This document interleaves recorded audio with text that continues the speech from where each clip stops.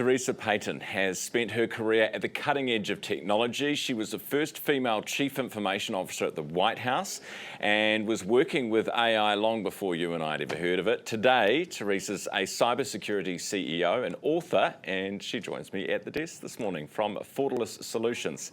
She's here also for the Spark Accelerate conference. Good morning, Theresa. Nice to have you here. Oh, it's so great to be here with you.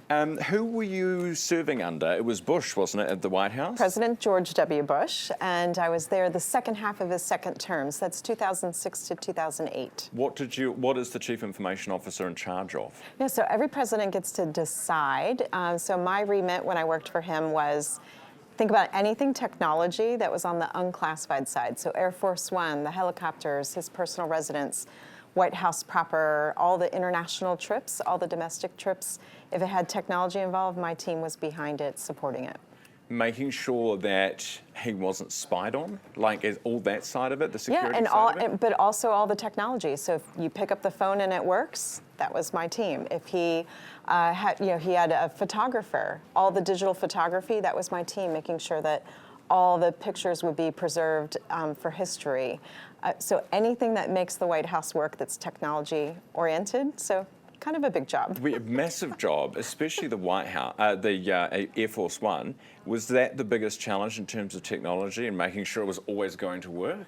Yes, because if you think about it, we didn't have Starlink satellites all over the place, right? And so what's great is we would work very closely with the White House Military Office and White House Communications Agency. So there were certain things that they had access to, and they would help with that connectivity, and then we would do the actual technology on board. So it's a really good, I always say it takes a lot of different tribes to support the White House. Because one of the things, I watched many documentaries about 9/11, but one of the things that they highlight was the communications issues on board Air Force One. President Bush gets in the air, needing to keep in contact, satellite TV feeds, not great. Right, and so, but by the time I got there, a lot of that had been remedied. So his chief of staff and a deputy chief of staff, like Mr. Joe Hagan, they actually went through a complete overhaul process, learning just how archaic our communications were during a crisis during 9/11. I was in banking at the time, and we saw very similar things with infrastructure. So we obviously had people who were in New York City, and I still remember that day like it was yesterday, and the infrastructure in America did not really hold up at that point. So there were a lot of tough lessons learned on that day. 100%. Are you learning, is America learning tough lessons about keeping up on the AI front at the moment? It's literally a digital arms race. And the countries who dominate quantum computing and AI, and I'm going to add this, with ethics and governance, the countries that do that are going to be the countries that are strong economies for decades to come. And so we really are in a race to see who's going to get to quantum first and make it commercially available, and who with ethics and governance is going to kind of crack the nut that we have around really efficient, effective AI. Is the hype, and there is a lot of hype, and there's a lot of share market hype, is it going to be justified in the end? Will the revenue come? Because that's the big worry, the earnings. Are people actually going to pay for this stuff?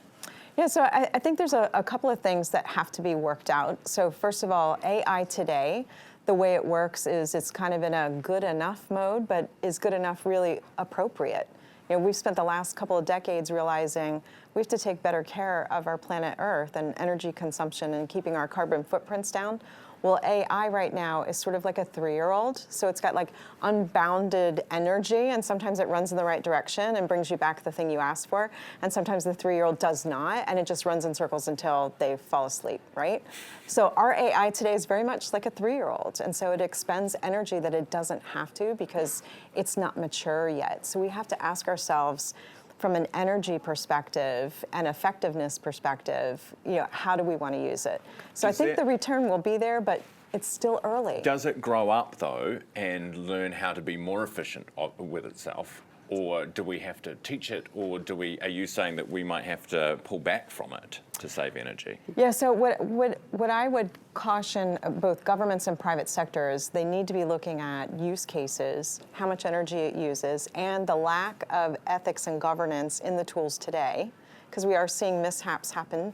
You know, people are being encouraged to commit suicide, or people are being encouraged not to have in-person friendships and relationships, and instead stay home with their, their chatbot and have a relationship, and that's really happening.